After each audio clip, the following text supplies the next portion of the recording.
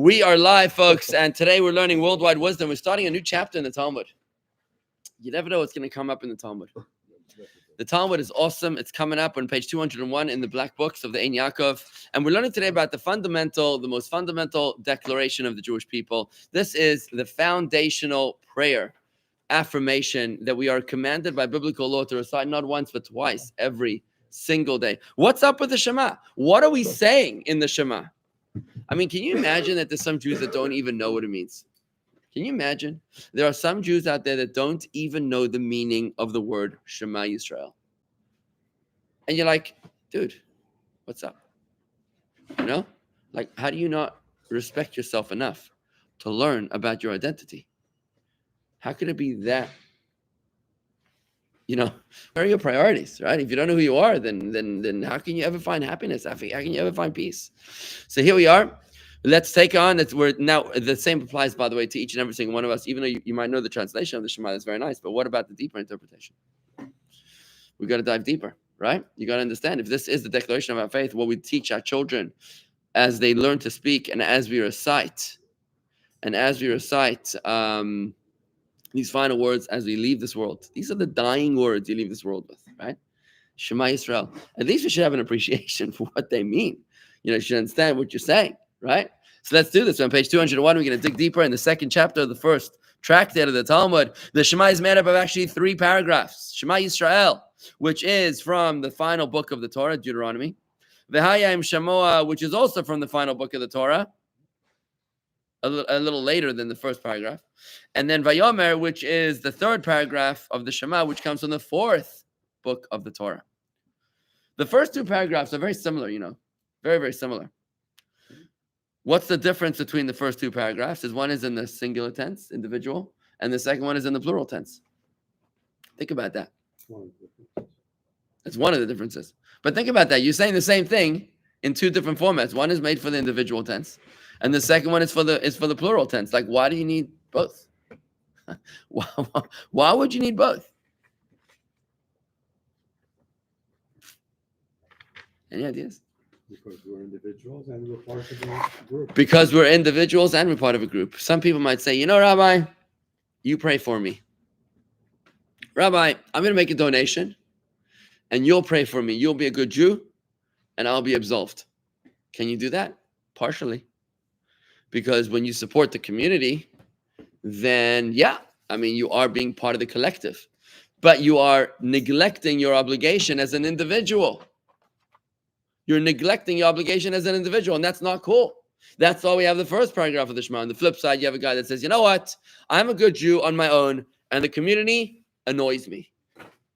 People like this. The Kiddush is too hot. It's too low. It's too cold. It's too salty. It's too spicy. It's too early. It's too late. The rabbi's sermon is too long. It's too short. It's too late. It's too early. It's too. It's always Shabbos. The rabbi. I don't like the rabbi. I don't like what the rabbi's wearing. You know how it goes, right? The Torah reader is too loud, too high pitched. It's too soft. Right?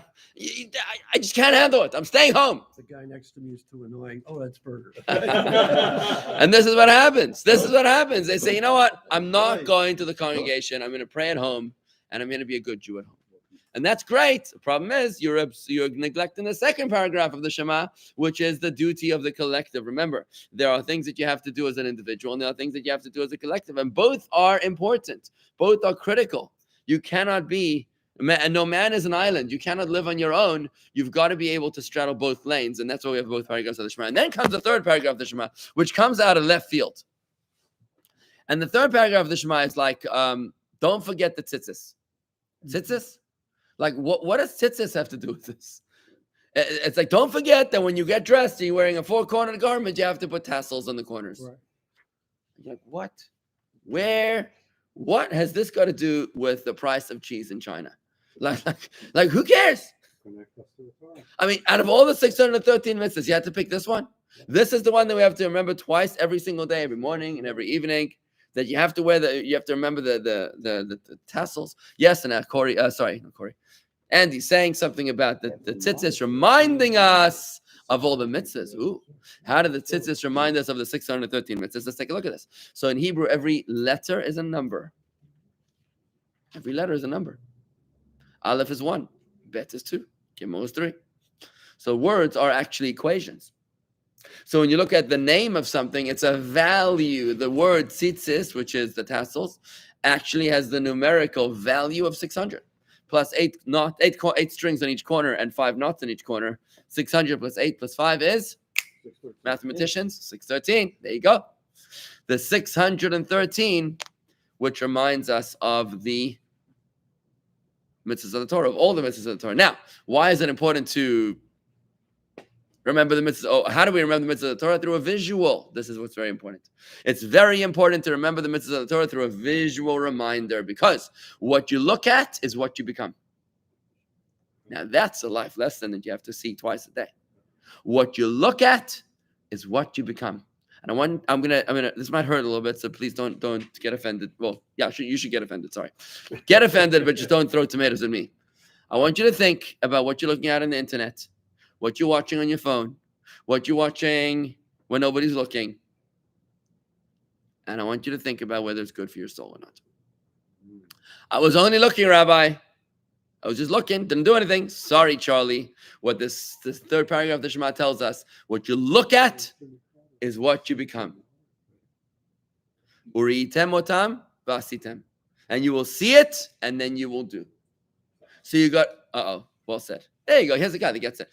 Exactly. So you got to make sure that you're surrounding yourself with inspiring visuals. Because if the visuals that surround you are spiritually degrading, spiritually eroding, are emotionally deprecating, are maritally condescending, then that's what you're going to become. And you got to be super, uber careful with that.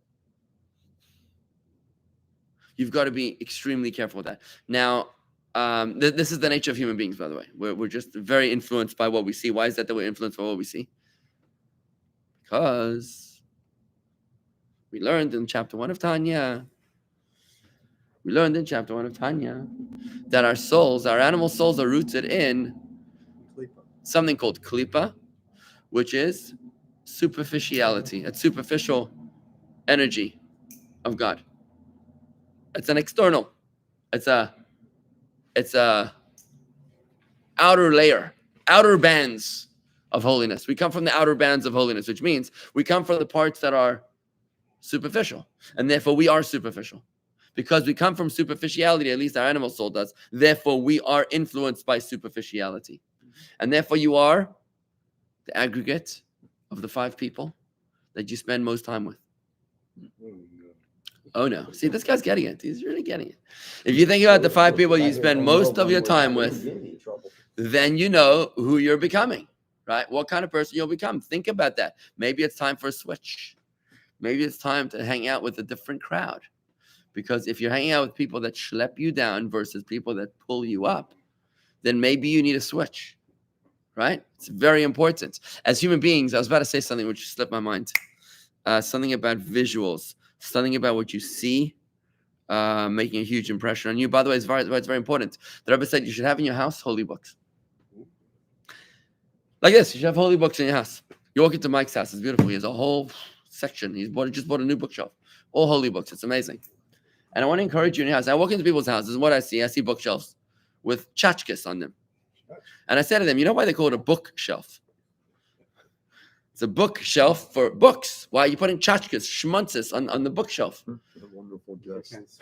You've been putting books on the bookshelf, right? Do you get invited back after all that or not? Yeah. You want to make sure, guys. I want to encourage you to buy holy books.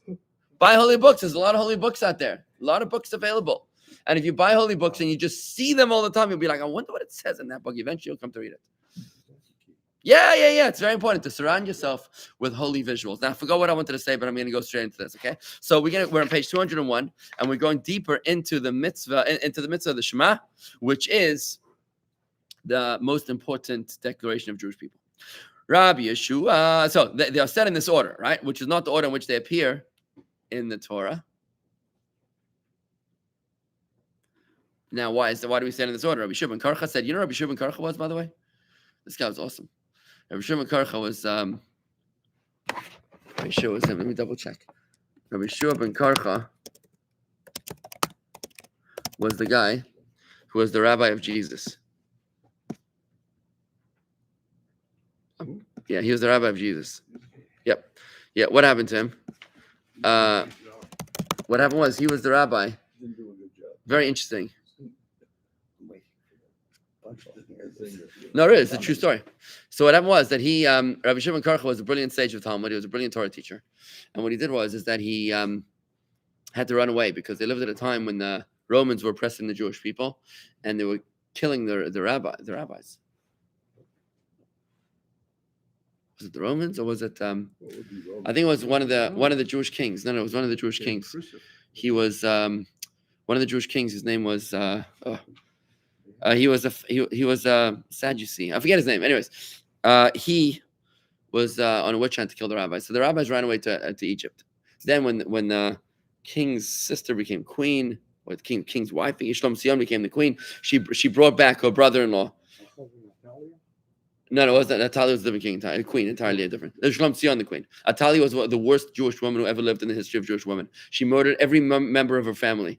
She would have made Hamas proud, these guys. So that was Atalia, the Jewish queen. Don't name your kids Atalia. Actually, I met somebody recently, and her name was Atalia. I'm like, did your mother really name that? Yeah, whatever. That's fine. Anyway, so guys, let's keep on going here. Okay, so where we are. So I'm all over the map today. I love it.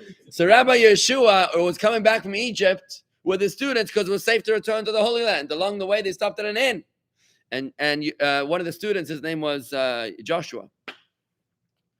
He said to Rabbi Yeshua, "Oh, look at the innkeeper's wife. How beautiful are her eyes."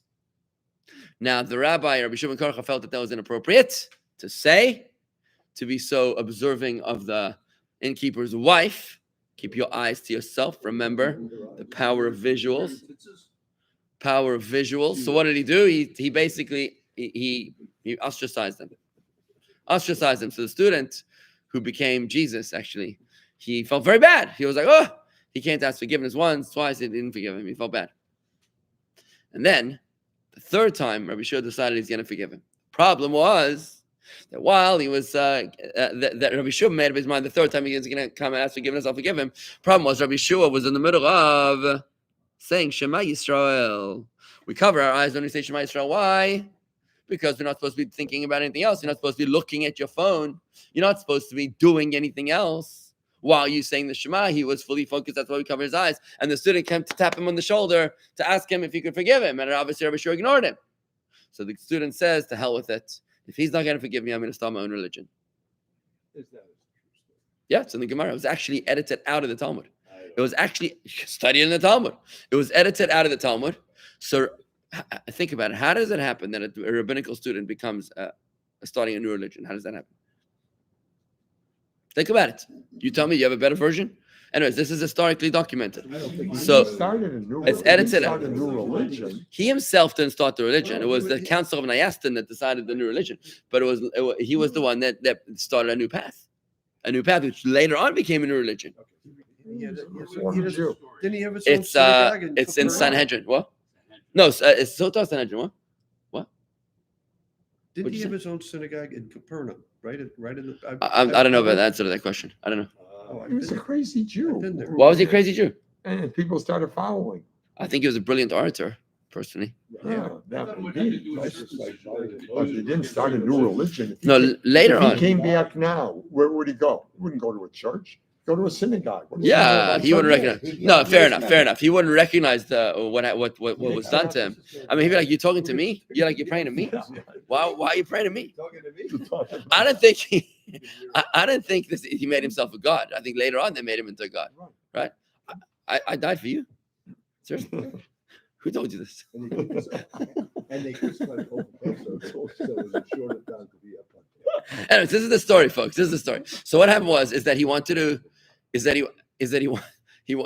was upset. He was offended by Rabbi Yeshua ben Karcha. So later on, by the way, in Ethics of the Fathers, Rabbi Yeshua ben Karcha, in Ethics of the Fathers, he says, what does he say? Rabbi Yeshua ben Karcha, what's his directive? Very beautiful. He says, "Havidanas kol adam l'chaf zchus." Judge every person favorably. Give every person the benefit of the doubt. Because later on in life, he regretted the fact that he was a little too harsh on his students. And he should have given him the benefit of the doubt. But think about all the Shema connections here. And Rabbi Yeshua is about to comment to us about the importance of the Shema. So when you read a message from Rabbi Yeshua about the Shema, you know this guy takes his Shema very seriously, right?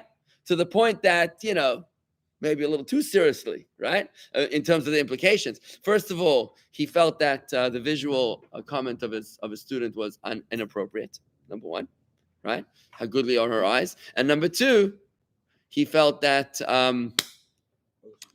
he felt that he was saying the Shema and he couldn't interrupt the Shema, right? While he was davening. So let's see what Rabbi Yeshua bar Karcha has to say about the Shema. Rabbi Yeshua bar Karcha said, why is the passage of Shema said before the passage of Ahayim Shema? Why does paragraph 1 come before paragraph 2 if paragraph 2 is sequentially earlier in Torah? So that a person should first accept upon himself the yoke of the kingdom of heaven, accepting Hashem's absolute authority by reciting the first passage and declaring Shema Yisrael, Adonai Eloheinu, Adonai Echad, and afterward accept upon himself the yoke of mitzvahs by reciting V'haya im Shemoah, which details how we are rewarded if we fulfill the mitzvahs and punished if we do not fulfill them. So the first paragraph of the Shema begins with the words Shema Yisrael. Yeah. So that's why that line is the line that has primacy in the sequence. The first line is the one. In other words, the second paragraph should come before the first paragraph. It's only that the first line of the first paragraph is the one that really sets the tone for the whole Shema, where we declare a commitment to monotheism, to believing in one God, and the details are then elaborated afterwards. And the reason Hayim Shema said before Vayomer, why the second paragraph comes before the third, is because the Hayim Shema teaches the mitzvah of studying Torah, which applies both by day and night, while the mitzvah of tzitzis in the third paragraph, which is the subject of the passage of Vayomer, applies only by day. You don't have to wear tzitzis in the nighttime, but since it's only obligatory in the daytime, therefore the mitzvah of the 24-hour cycle, which is the mitzvah of learning Torah, is what takes primacy over the mitzvah of tzitzis. Right, exactly. And I want to challenge you guys. Studying Torah is the most amazing mitzvah. Hey, let me tell you. Studying Torah is absolutely amazing. It's profound. And studying Torah doesn't have to be boring. Studying Torah can be done audio, it can be done video, it can be done on Spotify, Apple, Amazon Music. It could be done like in the most amazing way where you can take a topic, today with podcasts, you can take a topic that interests you and get a personality that impresses you. There's so many out there. And you could just do it while you're on the treadmill and you're studying Torah. Think about that. You could be in the gym and you're studying Torah. This is what I do when I get on the bicycle, the exercise bicycle, which I haven't done in about a year, but I'm going to. Would have, right? When I exercise, okay, then I do it with a podcast. And they have those little screens and they tell you how to copy them. And what do you do this for? Excuse me, I can ride the bicycle by myself. I know how to push the pedals. Okay. And then you just listen to a podcast. It's amazing. You could take a walk and you could take a drive and you could literally study Torah wherever you are. Learning Torah today is easier than it was in the history of the world. You don't have to go travel to Babylon in order to find a teacher that's going to teach you Torah while leaving your family without a form of sustenance. Today, you can study Torah anywhere, whatever you're doing. It's incredible. It's amazing. It's a mitzvah that is obligatory 24 hours a day in your free discretionary time. But wasn't this the Shema originally said by the children, Jacob on his deathbed? Yes, the Shema was originally said by Jacob's children. That's where the sentence originated from. Yes. Right, just the first sentence. Yes, it was. Let's take a little bit of a deeper dive here just to finish up here at the bottom of page 201, accepting the yokes. What does it mean to accept upon ourselves the yoke of the kingdom of heaven? And why must it precede accepting the yoke of mitzvahs? So what's this business of accepting the yoke of heaven in the first paragraph of the Shema, which is monotheism, before you can accept the yoke of mitzvahs? This is very, very important, guys. This is fundamental to Judaism because, you know what happened when the Jewish people offered the Torah?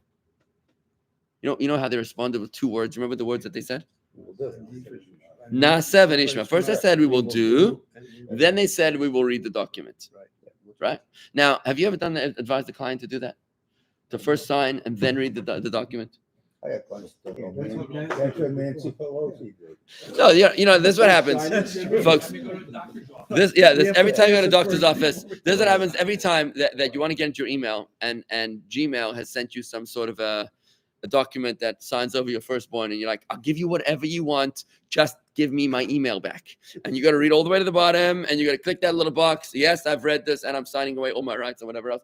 And then you got to get your email, right? This is how we go. It's amazing. The EULA, the End User License Agreement, right? People they'll do anything for the EULA, right? We actually do this, but you know, it's not recommended. It's not. Don't try this at home. It's not recommended. So what did the Jewish people do at the Mount Sinai? They said, God, whatever you say, we're in. We'll read the details later. Isn't that amazing? Why would they do that? The reason is because first they made a commitment to God. They said, God, our commitment is to you. And therefore, whatever you want from us is good. It's kind of like marriage. In marriage, you make a commitment to the person. You don't say, listen, I'm going to marry you, but first I need a memorandum of understanding. First, I need to know what your obligations, what your requirements are, what are the cost-benefit analysis, and then I'll make a decision. I mean, I don't know. Do people do this? So the prenup. No, ketubah does not do that, sir. It says for the obligation. No, that's only the obligation of the Exactly. man to the The woman. ketubah is only the ketubah is only the 10 things that a man owes his wife. That's it. That's it. It doesn't say one word. The ketubah is the least romantic document ever. It's nothing romantic about it. Good thing it's in Aramaic because people put it up on their wall. They're like, why am I on the wall? Why is this thing on the wall? The issue. You said, would you sign something? The wife. Prenup is what. Okay, I don't know exactly what a prenup is, but yeah. So a prenup is basically saying, even if we get divorced, you're not getting all my money. Or you're getting such and such. Which, All laid out. yeah, it's kind of interesting to do a prenup. Invalidates the ketubah.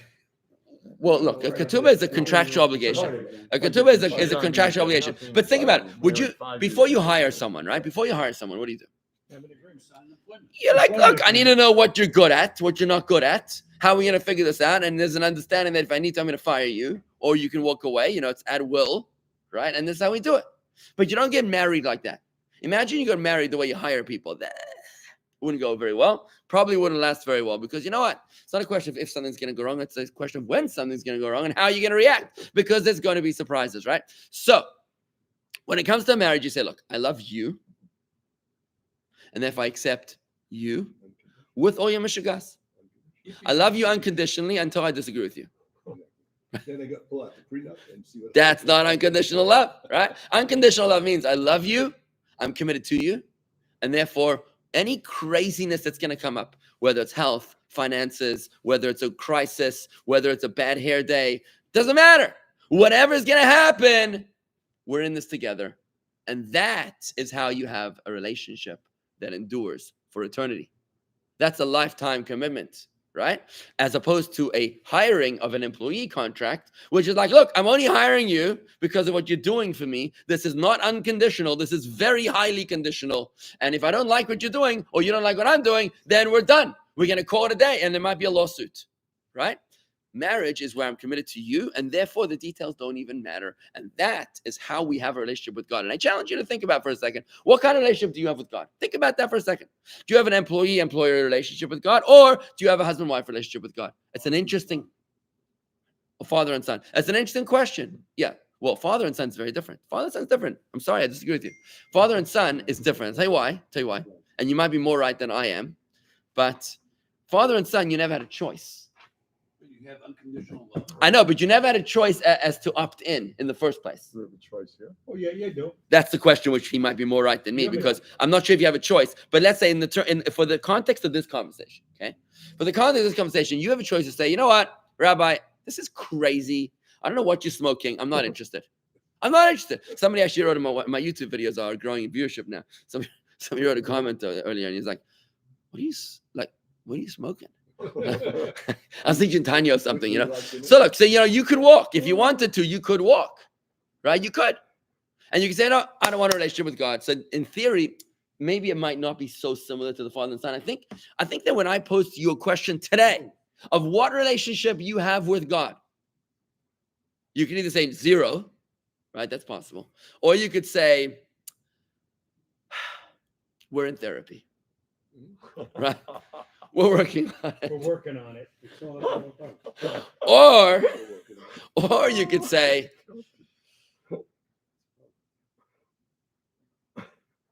Work in progress. Yeah, I want to encourage you. I want to give you a quick. I want to give you a quick tool, guys. I want to give you a quick marriage hack. You ready for marriage hack? Okay. I want you to ask your wives a question. My wife's a divorce lawyer. I want you to ask your wives this question. Seriously, I want to give you a bit of homework for you today, guys. Okay. And wives, if there's any women here on the group, then ask your husbands. I want you to ask your wives this question. It's got to be the right setting. It's got to be the right environment. Can't be just spring this question on them. It's got to be, nice, have a glass of wine or something, and then say to them, am I emotionally present for you? What's so funny? Am I emotionally present for you? Ask your spouse this question. I'm serious. Am I emotionally present for you? And just find out what's going to happen. It could be very interesting. The answer's gonna be no. It could be very interesting, folks. Let me know. I'm very curious to know if you're able to share this with me. You're in trouble. If you share with me, I'd love to We're hear. all in trouble. Seriously, folks. And I want to tell you why it's so important of a question. Because when you say that question, what you're doing is that you're shifting gear from the employer-employee relationship to the husband-wife dynamic. That's what you're doing. What you're doing is you're saying, look, I know that I might be treating you like a conditional relationship, that I'm only there for you when it works for me, or when I'm in the mood, or when you're in the mood, or when you're delivering the goods. But I'm curious to know, this is it's a gear shift where you're saying, I am open to learning or to adopting a new approach, which is being present for you wherever you are at, as opposed to having expectations, being judgmental. I'm embracing you. And it's a beautiful shift. It's an absolutely beautiful shift. And this is the relationship that we're supposed to have with God. And I want to tell you, we can have the same question with God as well. You can ask that same question of yourself about God, or you can ask God that question if you're emotionally present for God. Because here you are, you've been scratching your head for the past 40 years trying to figure out where was God when you went through your crisis. Where was God when the Holocaust happened? Where was God on October 7th? And you're being very judgmental. Think about that for a second. You're being extremely judgmental. It's not a very happy marriage. Think about that. That's what God tells Moses is right. Moses comes to God. He's like, God, what the heck are you doing? That's the end of last week's Torah portion. What's up, God? What kind of behavior is this? This is not what we signed up for. This is what Moses says to God. And God's like, the answer really, the answer really is the enigma of all time. And I believe, by the way, that the reason why this Friday is the Yortzeit of the Alter Rebbe, this Friday is the Yortzeit of the Alter Rebbe, it's the 24th day of Tevis. The Alter Rebbe was the author of the Tanya. The Tanya, if you haven't read the Tanya, guys, you're living in the dark. Can I tell you? You've got to open your mind to learn the Tanya. You could do it with me. It's so easy. I'm doing it in 5 minutes a day on YouTube. JewishGardens.com/inspire. You can do it on my YouTube. It's so easy. The Alter Rebbe was the one that revolutionized Judaism in terms of our relationship with God, right? He was the founder of Chabad. And the Alter Rebbe passed away on the Saturday night of Parsha Shmos. So he passed away on the end of Shmos, entering into Va'era. Now, the Alter was the one that taught us to study the seven aliyahs on Shabbos, corresponding to 7 days of the week. So Sunday, you learn the first aliyah. Monday, you learn the second aliyah. Today's Monday of the portion of Va'era. So today, we learn the second portion of Chumash of this week's Parsha with the Rashi commentary. The Alter Rebbe taught us to do that, to live with the times. That's what he taught us. Living with the times means live with today's Torah portion. So what was the Torah portion when the Alter Rebbe passed away? It was Moses' question is Saturday, is Shabbos of the Parsha of Shmos. When he ends off the Parsha, he says, God, why have you done this? Why have you treated your people unfairly? The thundering question, the portion ends, and we're like, now it's the Kiddush. What's the answer? Right? You gotta wait a whole week to get the answer. Really, it's that night, Sunday of Va'era is when God responds, Va'era, which means, and I have revealed myself, right? Which right there contains the essence of the answer, that opening word, Va'era, and I revealed myself, which really, by the way, for those of you that have learned with me via Daita Moskova, that's the answer. It's a lifetime of meditation to reach. But I believe that the Alter Rebbe passed away between Shabbos of Moses' question and the beginning, 10:12 p.m. of that night. He passed away in Vienna, in Russia. in 1812 because his existence was in between the question and the answer. This is my own interpretation of the Alter Rebbe, right? So what I'm trying to say to you folks is like this, is that in our relationship with God, we have to do the same thing. We have to be like the Jewish people on Mount Sinai. They said, yes, sir. We'll read the details later. Because I don't know, it doesn't matter to me if you are tough or soft, if you're sensitive or insensitive, if you are critical or kind. Doesn't matter to me. I love you, and therefore I'm going to accept you the way you are. There was actually an amazing story that came out of Israel. There was a young couple that was married, maybe a year or two, and she had her was in I think maybe she or both of them were in a terrorist attack, and her leg was blown off, or foot was blown off. And when she came to, she saw her husband next to her, and when she realized that she lost her foot. Young woman, right? She looked at her husband and she says, if you had known this then, would you have married me? Now, I can't remember the exact answer that he said, but it was beautiful. His answer was something along the lines of, I married you. I love you, no matter what surprises come along the way. He said it in a much more beautiful and eloquent way. I can't remember right now, but this is the general gist. And that's what happens with us as Jewish people and God. They would say, God, yeah, we might have a lot of questions. Nothing's going to happen if you have a question. It's okay to ask your wife a question, to say, are you okay? What is there a particular reason why you're being so particularly critical of me today? But if you say it not in a defensive way, but in a curious and kind way, it's an entirely different relationship. And that is what it means to be a Jew. Naaseh, first we do, and then we'll listen.